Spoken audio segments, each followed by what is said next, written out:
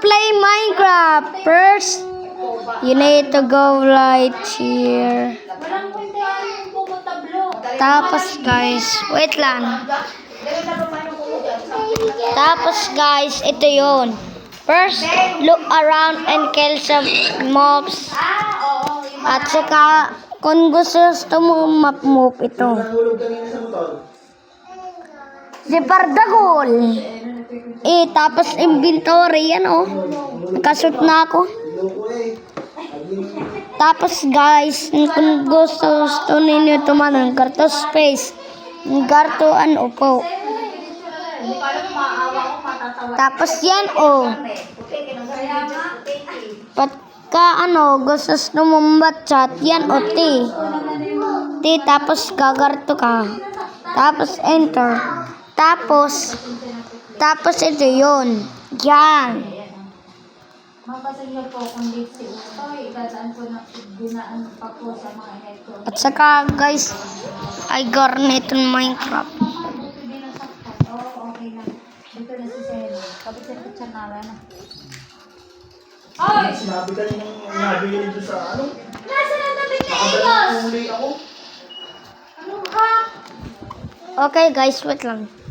Ikaw Kukuhanin ko siguro ito. pagkagaling mo ng room, ay lumihis ka na doon sa may hagda na gayon. Hindi ka na may bay sa... Kaya hindi mo nakita. Unang tao. Wait lang guys ha. Kaya hindi mo nakita siguro. Wait lang ha. Ako kasi namamaybay doon sa bilis ng classroom. Then, Kaya siguro hindi rin nag-chat ako kasi... Ito yung guys, marunong na. Hindi lang ako namamaybay sa room. Kaya siguro... Yan o guys, marunong na ako. Ito yun guys. Sakit. Ito yung Minecraft tetal. Maalam ako guys, tinan ninyo. F5 yun guys, i-press. Tapos F1 ay karto. Yan o. Wala guys akong mouse.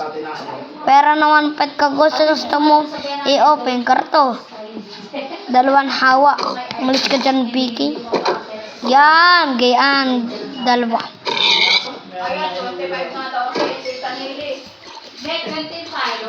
Ano guys?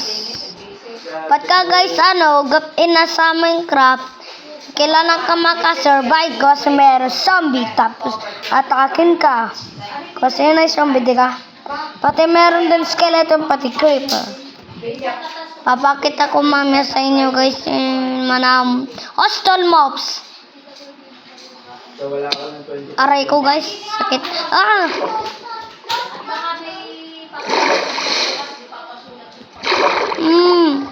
Okay guys.